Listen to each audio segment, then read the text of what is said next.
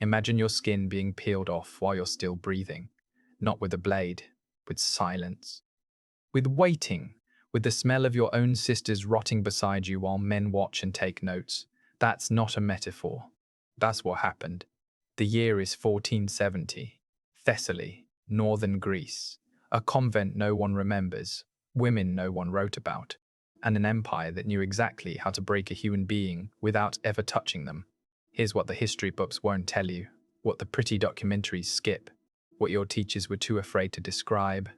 Because this isn't about religion. This isn't about some noble clash of civilizations. This is about what men do to women when no one is watching, when there are no laws, when the only witness is God and God stays silent. 23 nuns inside stone walls that have kept them safe for decades. Safe from the world. Safe from men. Safe from everything except what's coming up that hill right now. And what's coming up that hill isn't an army. It's a machine designed for one purpose, erasure.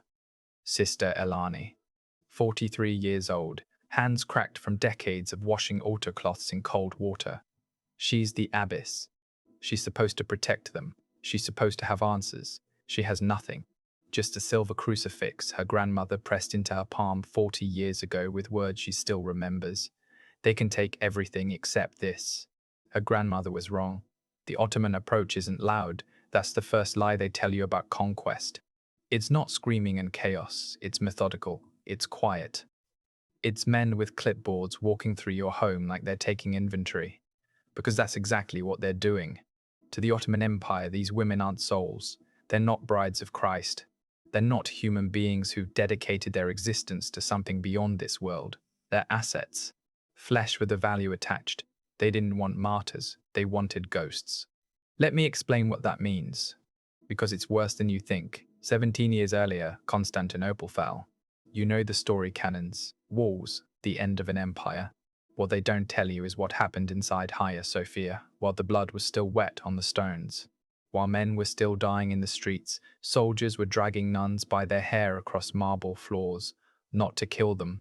Killing was too clean, too fast, too merciful.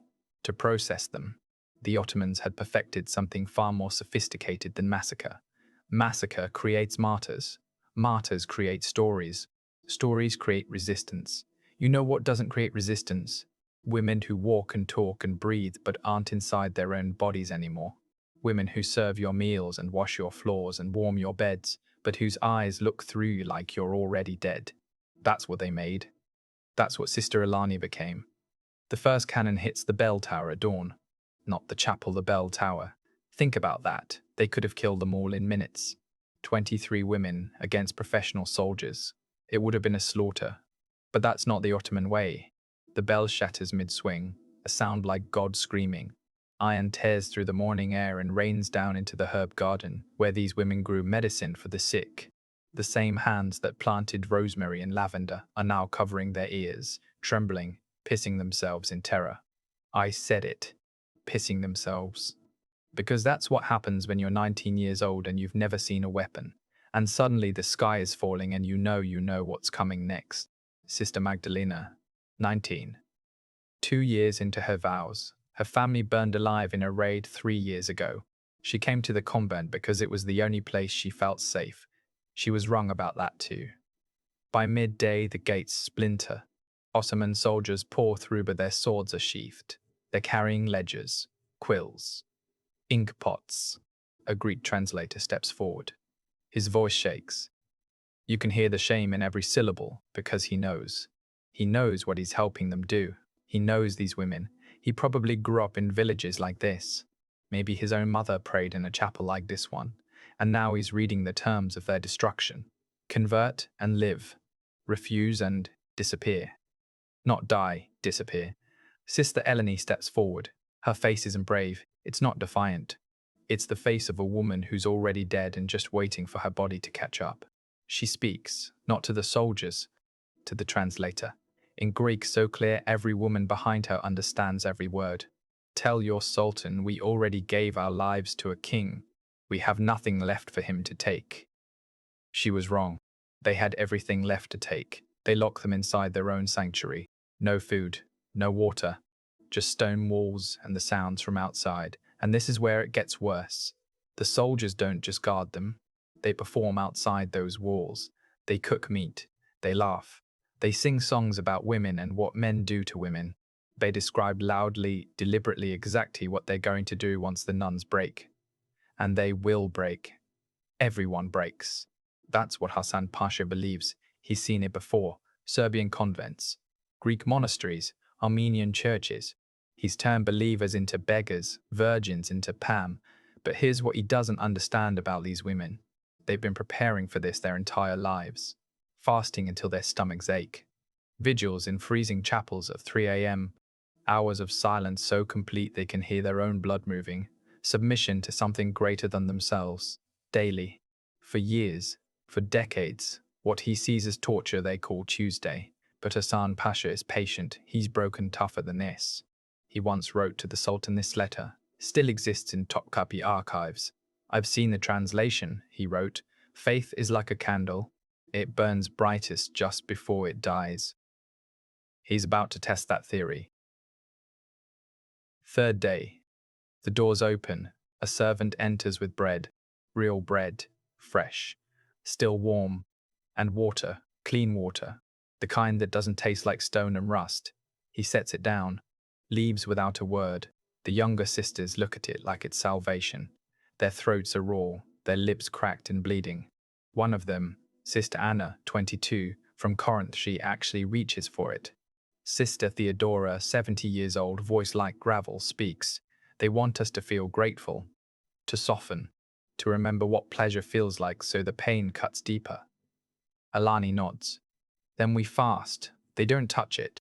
By the third night, things are breaking down. Two of the younger ones are weeping uncontrollably.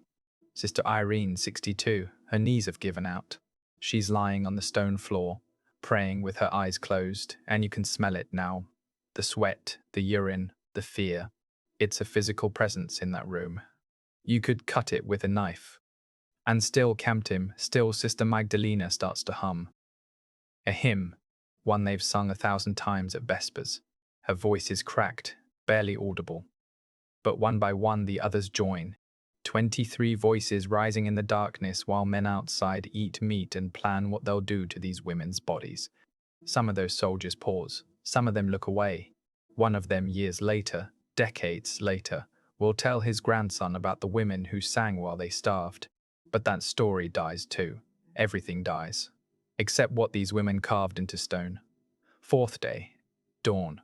They walk. 23 women, hands bound, feet bare on rock and thorn. No horses. No carts. Just the road and the sun and soldiers who've been told to make it last. Hassan Pasha rides at the front. He doesn't look back. He doesn't need to. He's done this before. He knows the road will do his work for him. Day 1. Sister Irene collapses. 62 years old. Her knees just give. She tries to stand, can't. The soldiers don't stop. They don't help. They just watch while Sister Magdalena and Sister Anna lift her between them and carry her. 3 miles. Uphill. In the heat. By nightfall, Irene is unconscious. By morning, she's dead. They bury her with their hands. No tools, no priest, no ceremony.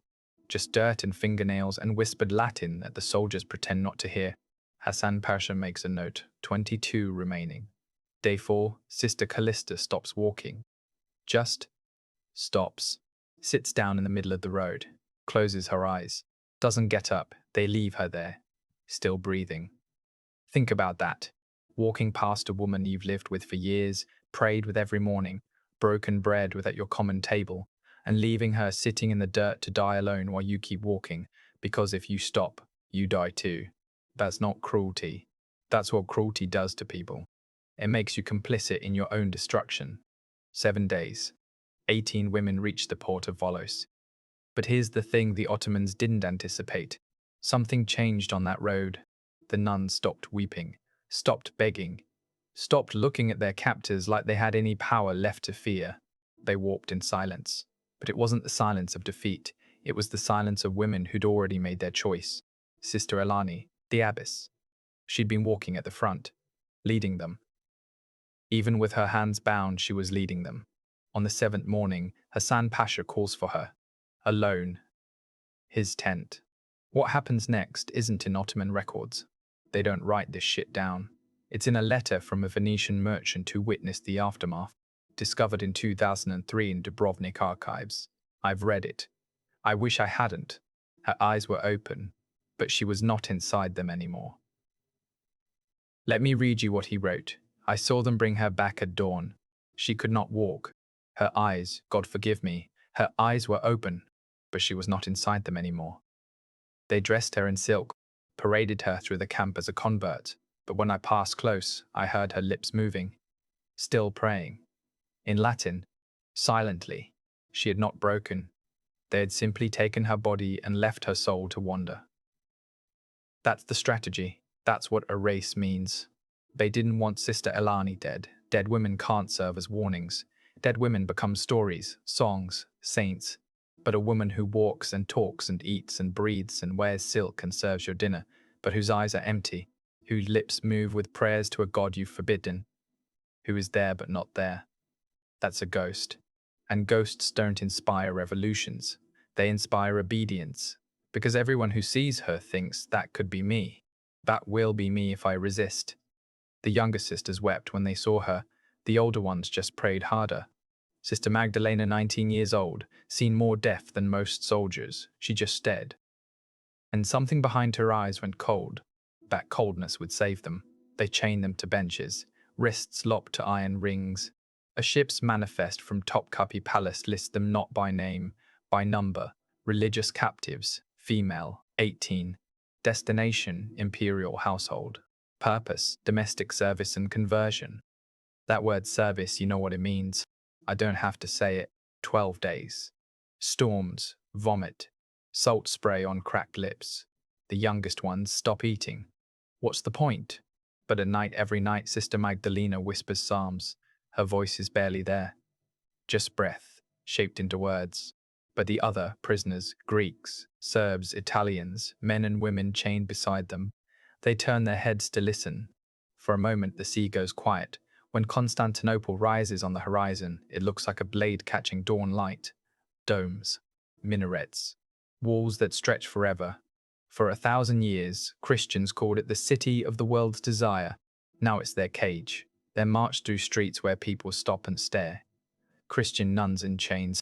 Even in an empire built on conquest, this is unusual. This is entertainment, past the ancient walls.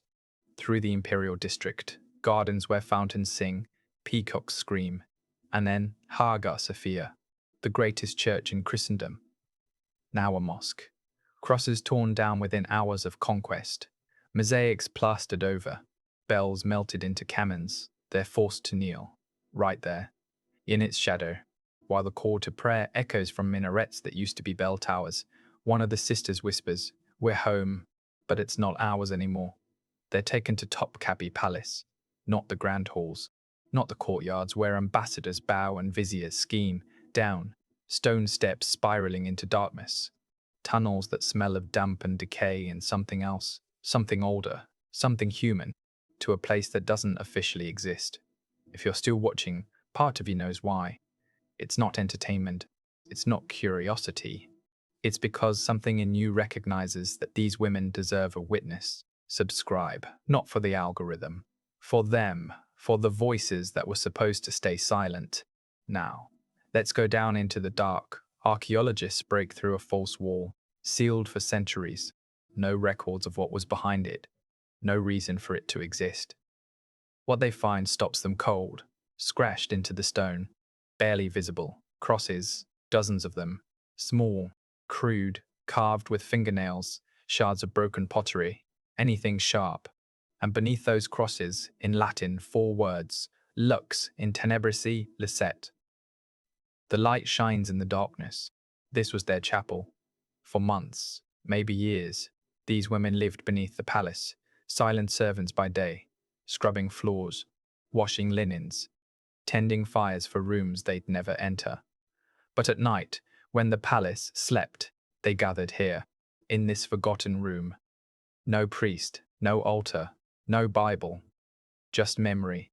They recited psalms from recall, verses half remembered, reshaped into prayers that kept them alive. They sang hymns and whispers so faint the stone barely caught them.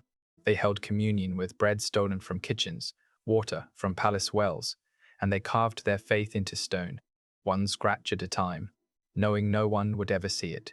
Sister Magdalena was among them, the girl who whispered psalms on the ship, who carried Sister Irene on the road, who refused to look away when they brought Sister Alani back in silk with nothing behind her eyes. She became their voice in the dark. The archaeologists found her mark, a small bird scratched into the corner. Beside it, 23 lines, one for each sister. Only 11 were complete. The rest trailed off into nothing. Here's what breaks you. The crosses stop, mid-wall. The scratches become erratic, disparate, deeper, like they were carved with more force, more urgency.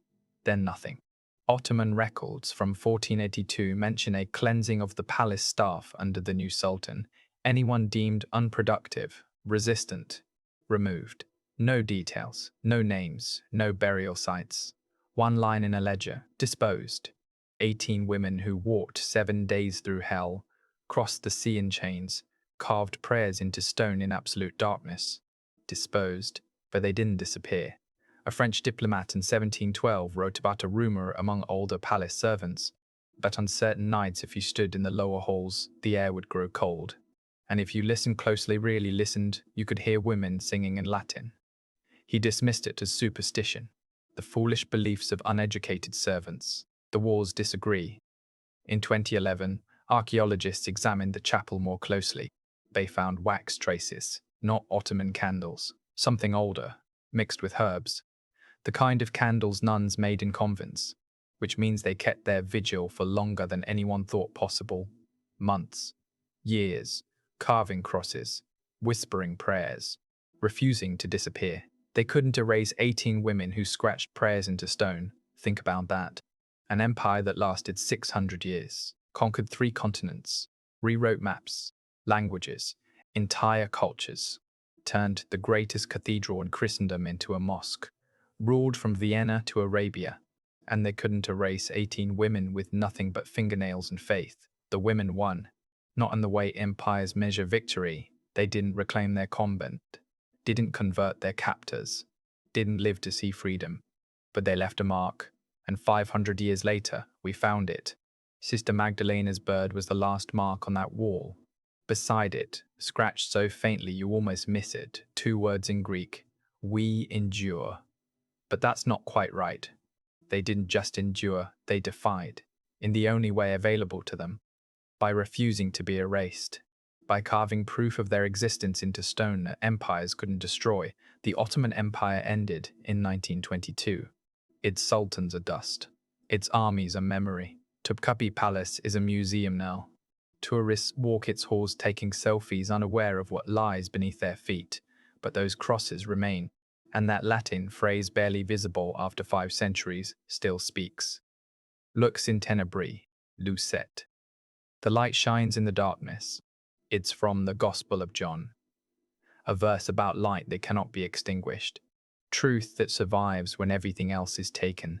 Sister Magdalena carved those words knowing she would never leave that palace, knowing her name would be forgotten, knowing the world would move on without her.